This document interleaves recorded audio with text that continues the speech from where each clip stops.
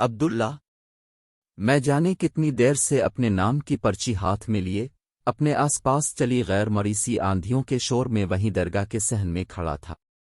سلطان بابا اور عبداللہ کو گئے بہت دیر ہو چکی تھی اور اب رات کا اندھیرا دھیری ورنے درگاہ کو اپنی لپیٹ میں لے رہا تھا۔ سلطان بابا نے آج سے میری ایک نئی شناخت تجویز کر دی تھی۔ اب میں نمامر نہیں عبداللہ تھا۔ مجھے بہت پہلے یہاں کوئی اور عبداللہ تعینات تھا۔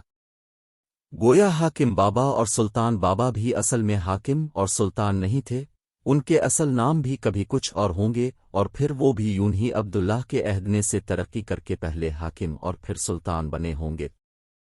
عہدوں کا یہ سلسلہ کہاں جا کر ختم ہوتا ہوگا؟ میں جس قدر سوچتا رہا اس قدر الجھتا چلا گیا، لیکن میں تو یہاں چند دن کے لیے عارضی طور پر آیا تھا اور میرا مقصد صرف اور صرف زہرا کا حصول تھا۔ مجھے تو زہرا کو پاتے ہی اپنی اصل دنیا کی جانب لوٹ جاتا تھا، تو پھر سلطان بابا نے اس عارضی مقصد کو پانے کے لیے میری باقاعدہ عبداللہ کے عہدے پر تعیناتی کیوں کر دی تھی؟ کیا اس دکھاوے کا مقصد بھی کہیں اس سنگ مرمر کی مورت کو کلانا تو نہیں تھا؟ رات اب باقاعدہ اور پوری طرح سے تمام ساحل پر اپنے پنجے گاڑ چکی تھی۔ درگاہ میں بجلی کا انتظام نہیں تھا۔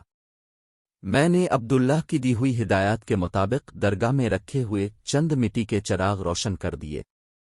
انہی ہدایات میں یہ بات بھی کہیں درج تھی کہ مٹی کے ان دوہے کے لیے تیل خریدنے کا اہتمام بھی مجھے اپنی مزدوری کے چوہے ہی سے کرنا تھا۔ فی الف لحال کچھ تیل ان چراغوں میں باقی تھا۔ دفتہ تنہائی اور اعداس کی ایک بھرپور لہر نے پورے وجود کو جیسے لرز سا دیا۔ مجھے اپنے والدین، دوست، رنگین زندگی کی رومانی شامیں وہ مدہوش سی راتیں باری طرح یاد آنے لگیں۔ مجھے یاد آیا کہ اس وقت اگر کبھی میں خوش قسمتی گھر میں موجود ہوتا تھا تو مما کیسے بھاگ بھاگ کر کچن میں لک کو میرے لیے مختلف ڈشز تیار کرنے کا حکم دیتی رہتی تھیں۔ پاپا جلدی سے شطرنج کی بازی جما لیتے تھے اور ان کی ہمیشہ کوشش رہتی کہ وہ مجھ سے جیتنے کے بجائے ہارتے جائیں۔ نہ جانے انہیں مجھ سے ہارنے میں اتنا لطف کیوں آتا تھا۔ میں اپنی ساری دنیا تیاگ کر اس اندھیری رات میں یہاں اس ویران درگاہ میں کیا کر رہا تھا؟ یہ میں نے کیسا سودا کر لیا تھا؟ یہ سب کچھ سوچ کر دل جیسے کٹنے سا لگا۔ جتنی تنہائی اور اداسی میں نے درگاہ کی اس پہلی رات میں اپنی راہ کے اندر اترتی محسوس کی، ویسی تو کبھی زندگی بھر نہیں جھیلی تھی۔ کہتے ہیں رات کا فسوں ہر چیز کی حقیقت کو اس کی اصل شدت سے کہیں زیادہ الفا بیار کر پیش کرتا ہے۔ شاید میرے ساتھ بھی ڈھلتی رات کا جادو وہی کھیل کھیل رہا تھا۔ میں بہت دیر تک درگاہ کی بیرونی دیوار کے ساتھ ٹیک لگا کر ڈور شور مچاتے ساحل کو دیکھتا رہا۔ کنارے سے کچھ فاصلے پر ایک بحری جہاز میری طرح تنہا سمندر کی پروں پر ڈول رہا تھا۔ داور سے جب اس کی ٹمٹماتی بتیاں لمحہ بھر کو چمک تو مجھے ایسا لگتا کہ جیسے وہ بھی حیرت سے میری جانب دیکھ رہی ہیں کہ یہ بنجارہ اس ویرانے میں اکیلا بیٹھا کیا کر رہا ہے۔ ایسے ہی نہ جانے کتنے خیالات کی الغار میں رات کے کسی پہر میری آنکھ لگ گئی اور پھر اچانک ہی مجھے یوں لگا جیسے کسی نے دھیرے سے میرا کندھے چھوا ہو۔ میں نے جھٹکے سے پلیں کھولیں تو صبح ہونے کو تھی۔ کوئی شخص میرے قریب بیٹا میرا کندھے ہلا رہا تھا۔ الفاٹے جاؤ بھائی، نماز کا وقت ہونے والا ہے۔ کچھ دیر تو مجھے سمجھ ہی نہیں آیا کہ میں کہاں ہوں۔ میں نے گھبرا کر سامنے بیٹھے شخص کو دیکھا جو اپنے حلیے سے مقامی مچھیرا لگتا تھا۔ وہ پھر گویا ہوا کہ نماز کھڑی ہونے والی ہے۔ الفاٹے جاؤ، میں نے اس کے ہاتھ کے اشارے کے تعاقب میں نظر دوڑائی تو درگاہ کے بالکل سامنے والی چٹان پر پھر کی ایک چھوٹی سی مسجد بنی ہوئی تھی۔ مجھے یاد آیا کہ سلطان بابا کے احکامات میں سے ایک حکم 5 وقت کی نماز پڑھنے کا بھی تھا، لیکن مجھے تو نماز پڑھے جانے کتنے سال گزر چکے تھے۔ سچ تو یہ ہے کہ مجھے اس وقت فجر کی نماز کی پوری رکعتیں بھی یاد نہیں تھیں۔ بہرحال میں نے جلدی سے اٹھ کر منہ پہ پانی کے چند چھینٹے مارے۔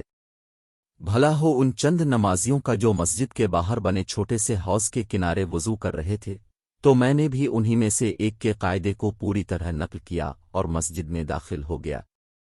میرے ساتھ 2 نمازی اور بھی مسجد میں داخل ہوئے تھے اور دونوں ہی نے جلدی سے شاید سنتوں کی نیت باندھ لی۔ میں نے بھی انہی کی تقلید کی اور ان کے ساتھ سلام پھیر دیا۔ کچھ ہی دیر میں مولانا صاحب بھی تشریف لے آئے اور جماعت کھڑی ہوگی۔ انہوں نے جب پہلی رکعت شروع کی تو مجھے دھیرے دھیرے بچپن میں اپنے اسلامیات ٹیچر کی حفظ کروائی ہوئی نماز اور صورتیں یاد آنے لگیں۔ کتنی عجیب بات تھی، ہم مذہب کو چاہے کتنا بھی بھلا دے مذہب نہیں بھلاتا، وہ کسی میٹھی یاد کی طرح ہمارے دل کے ذیخانوں میں کہیں نہ کہیں چھپا رہتا ہے، اور جیسے ہی ہم کبھی کسی مجبوری میں اسے آواز دیتے وہ چھم سے گود کر ہمارے سامنے آ جاتا ہے۔ جب تک مولانا صاحب نے سلام پھیرا، میرا ذہن اور دل کے تمام دریچے واہ ہو چکے تھے، مجھے بہت کچھ یاد آ چکا تھا۔ نماز کے بعد وہ نورانی چہرے والے امام ہماری طرف پلٹے اور کھنکار کر کہنے لگے، بھائی ساتھیوں، تو کل ہم نے درس کہاں ختم کیا تھا؟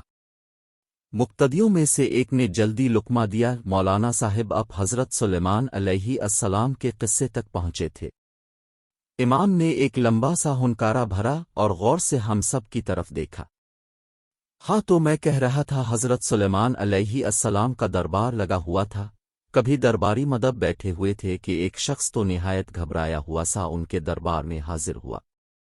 اس کے چہرے پر ہوائیاں کی الفاع رہی تھی۔ وہ آتے ہی حضرت سلیمان علیہ السلام کے قدموں میں گر گیا کہ اس نے ابھی ابھی حضرت اسرائیل علیہ السلام یعنی ملک الموت کو حضرت سلیمان علیہ السلام کے دربار کے باہر دیکھا، اور اسے یقین ہے کہ وہ اسی کی راہ قبض کرنے کے لیے آج یہاں آئے ہیں۔ لہذا اس گزارش ہے کہ حضرت سلیمان علیہ السلام ہواؤں کو حکم دیں کہ فوراً اسے اپنی طاقت سے اعلیٰ دنیا کے دوسرے کونے میں پہنچا آئیں۔ ساتھیوں، اب تو جانتے ہیں کہ خدا نے حضرت سلیمان علیہ السلام کو بڑی طاقت عطا کی تھی۔ تمام جنات، ہوائیں، سب چرند پرند حضرت سلیمان السلام کے تابع تھے، تو حضرت سلیمان علیہ السلام نے فریادی کی فریاد قبول کر لی اور ہوا کو حکم کہ اس شخص کو پل بھر میں دنیا کے آخری سرے تک پہنچا آئے۔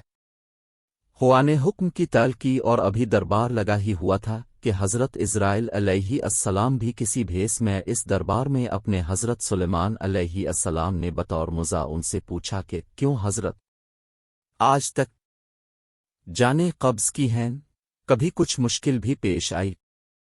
حضرت اسرائیل علیہ السلام نے جواب دیا، ہاں، آج ایک عجیب واقعہ ہوا جس نے کچھ دیر کے لیے تو مجھے بھی سوچ میں ڈال دیا۔ ہوا یہ کہ آج مجھے دنیا کے دوسرے سرے پر ایک شخص کی روح قبض کرنے کا حکم ملا تھا، لیکن ابھی چند لمحے پہلے میں نے جب اس شخص کو آپ کے دربار کے باہر دیکھا تو میں خود بھی متزلزل ہو گیا کہ یہ شخص تو یہاں موجود ہے، جبکہ میری فہرست کے مطابق مجھے یہاں سے ہزاروں میں داور اسے بے جان کرنا تھا۔ لیکن ایک لمحہ پہلے جب میں اس مقام پہ پہنچا جہاں اس شخص کا آخری سانس لکھا تھا تو وہ وہاں مجھ سے پہلے موجود تھا۔ سچ ہے، خدا کے کام خدا ہی جانے۔ مولانا صاحب نے قصہ ختم کر کے تمام نمازیوں کی طرف دیکھا جو کبھی دم سادھے مدب بیٹھے تھے۔ انہوں نے سب سے سوال کیا، ہاں تو ساتھیوں، اس واقعے سے آپ کو کیا سبق ملا؟ یہی نہ کہ موت سے کسی کو رخصت نہیں، ہر ذی نفس کو اس کا ذائقہ چکھنا ہوگا، چاہے انسان کتنی ہی تدبیر کیوں نہ کر لے، تقدیر پھر بھی اہل ہے۔ اور یہ بھی ملے ہے کہ جس کی موت جہاں آئی ہے قدرت اسے خود وہاں پہنچا دیتی ہے، اور تب تک موت خود زندگی کی حفاظت کرتی رہتی ہے۔ کبھی نمازیوں نے زور سے سر ہلا کر مولانا صاحب کی باتوں کی تائید کی۔ یہ آس پاس کی بستیوں کے چند مچھیرے تھے جو روز صبح سویرے سمندر کی طرف نکلنے سے پہلے نماز فجر کی ادائیگی کے لیے یہاں جمع ہوتے تھے۔ مولانا صاحب نے درس ختم کرتے ہوئے اختتامی کلمات کہے، اور اس سے یہ بھی ثابت ہوتا ہے کہ قدرت نے جب جس سے جہاں جو کام لینا ہوتا ہے اسے کسی نہ کسی بہانے وہاں کھینچ لے جایا جاتا ہے۔ وہ کہتے ہیں نا، جب جب جو ہونا ہے تب تب ہو سو ہوتا ہے۔ مجھے حیرت کا ایک جھٹکا سا لگا۔ بالکل ایسی ہی بات عبداللہ نے تب کہی تھی جب میں زہرا کی تلاش میں دوسری مرتبہ درگاہ آیا تھا۔ سبھی نمازی ایک ایک کر کے پیش امام صاحب سے مصافحہ کرتے ہوئے مسجد سے نکلتے گئے۔ میں نے بھی اسی روایت کی تقلید میں انہیں سلام کیا اور واپسی کے لیے قدم مسجد کے دروازے کی جانب بڑھائے ہی تھے کہ دفتہ پیچھے سے پیش امام صاحب کی آواز ابری، عبداللہ بیٹا، تم ذرا کو مجھے تم سے کچھ بات کرنی ہے۔ میں نے آن جانے میں فوراً پلٹ کر ان کی نظروں کے تعاقب میں دیکھا کہ جیسے وہ عبداللہ ہی سے مخاطب ہوں، لیکن میری حیرت اس وقت دو چند ہو گئی جب مجھے یہ پتہ چلا کہ ان کا مخاطب میں ہوں۔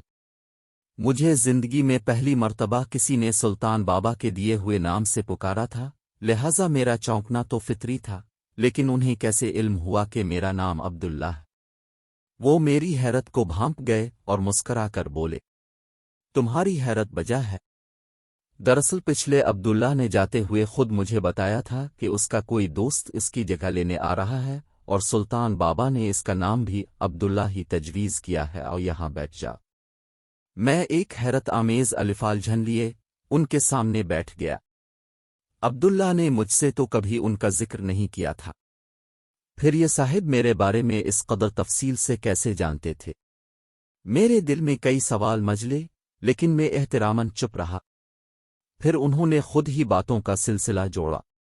میرا نام مولوی خضر الدین ہے، گزشتہ کئی برسوں سے اس مسجد کی امامت کر رہا ہوں۔ تم سناؤ کیسی گزر رہی ہے؟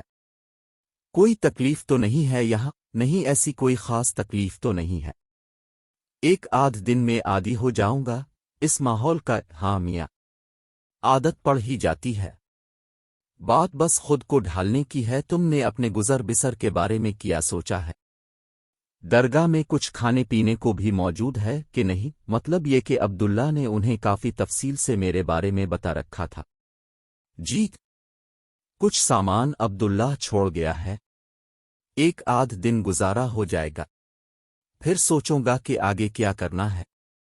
نہیں میاں، آج کا کام کل پر کیوں چھوڑتے ہو؟ میری مانو تو آج ہی سے کام پر لگ جاؤ۔ مولانا صاحب مجھ سے باتیں کرتے ہوئے ایک آدھ بار الفاٹے کر مسجد کے اندر ہی بنے اپنے حجرے میں بھی گئے، اور پھر کچھ ہی دیر میں مسجد کے چھوٹے سے کمرے میں چائے کی سوندھی خوشبو پھیلنے لگی۔ ان کے حجرے کا ایک دروازہ مسجد کے اندرونی کمرے میں بھی کھلتا تھا، اور کچھ ہی دیر میں وہ ایک چھوٹی سی ٹرے میں ایک چائے دانی، 2 کپ اور شاید رات کی بچی ہوئی روٹی کے کچھ ٹکڑے لیے چلے آئے۔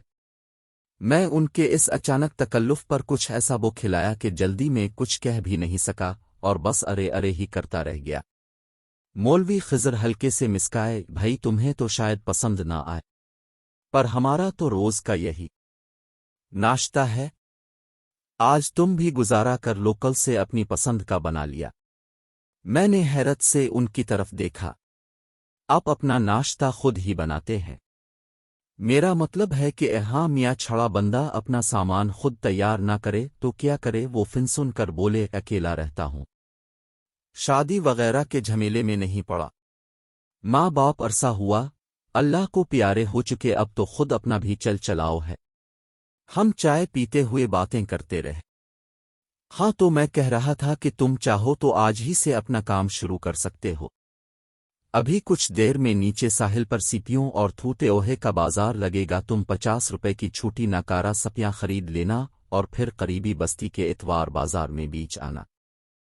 اس روز وہاں زائرین کا بھی خاصا ریلا ہوتا ہے، تمہیں ضرور میں 25 روپے کا فائدہ ہو جائے گا، اور اتنے پیسے تمہاری روزانہ کی گزر بسر اور درگاہ کے چراغوں کے تیل کے لیے کافی ہے۔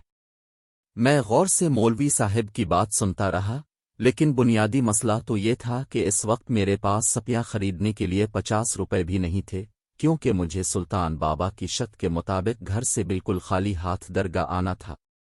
غالباً مولوی خضر میرے اندر کی ہچکچاہٹ محسوس کر گئے۔ کیا ہوا؟ لگتا ہے تمہارے پاس پیسے نہیں ہیں؟ بھائی یہ تو کوئی بڑا مسئلہ نہیں ہے، ایسا کرو تم مجھ سے الفا دیار لے لو، پر یاد رہے جیسے ہی تمہاری پہلی کمائی ہو یہ ادھار لوٹانا ہوگا۔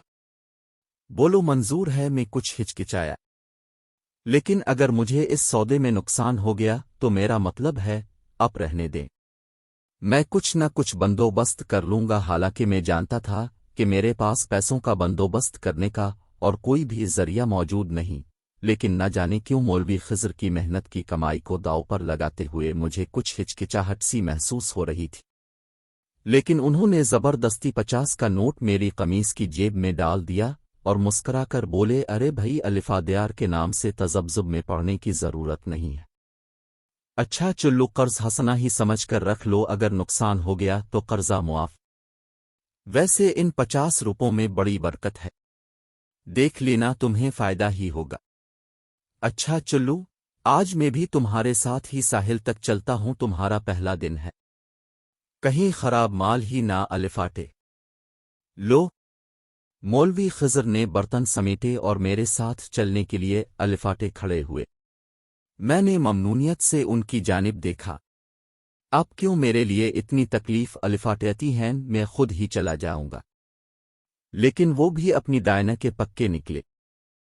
فٹافٹ تیار ہو کر سر پر امامہ باندھے، مجھے ساتھ لیے نیچے ساحل پر بیٹھے مچھیروں کے ٹولے کے قریب پہنچ گئے، جو ذرا ذرا سے فاصلے پر اپنے سامنے تازہ سیپیوں اور گھونگوں کا انبار سجائے بیٹھے تھے۔ مولوی خضر نے نہایت انہماک اور کافی بھاؤتاؤ کے بعد سپیاں خرید لیں۔ ساتھ ہی وہ مجھے اچھی سیپیوں کی خصوصیات اور پہچان بھی بتاتے رہے، تاکہ آئندہ ایسے کسی سودے میں مجھے کوئی نقصان نہ ہو۔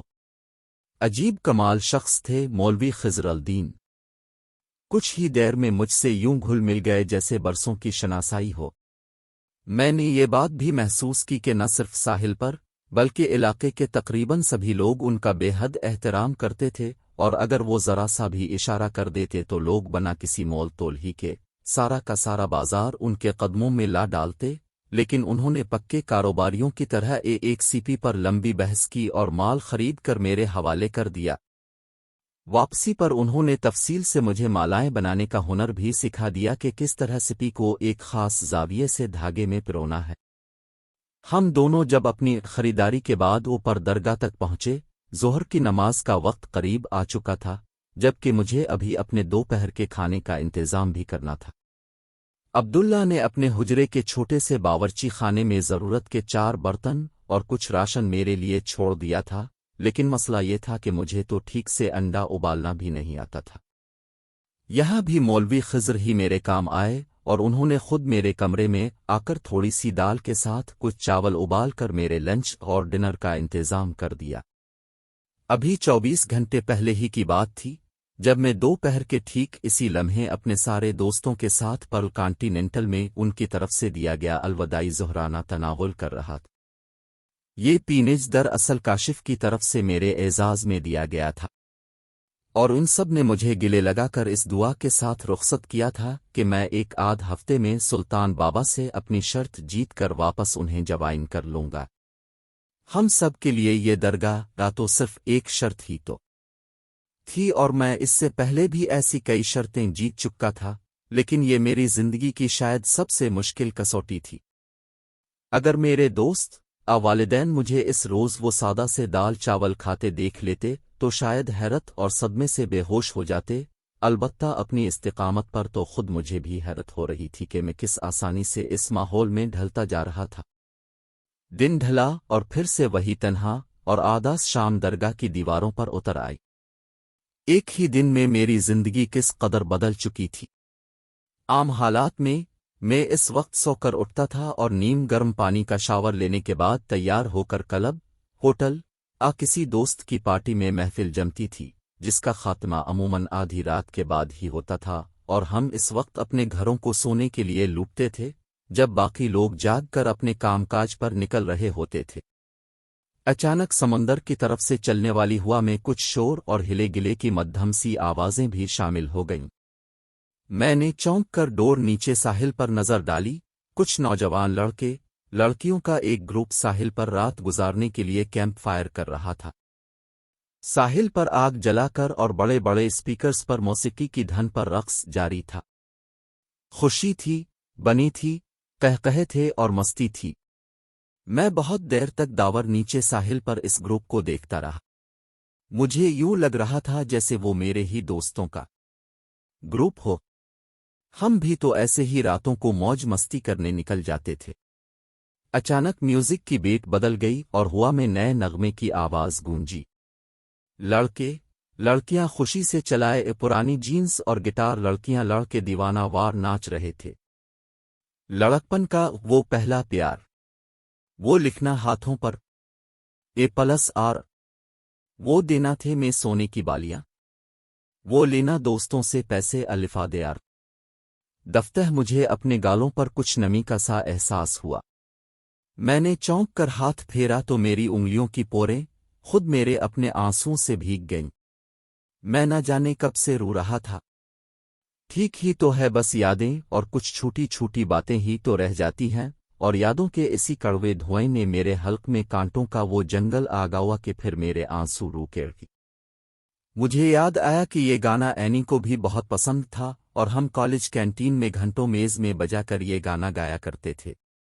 میری آنکھوں سے آنسوؤں کی جھڑی یوں ہی رواں تھی کہ اچانک مجھے اپنے کاندھے پر کسی نرم ہاتھ کا دباؤ محسوس ہوا۔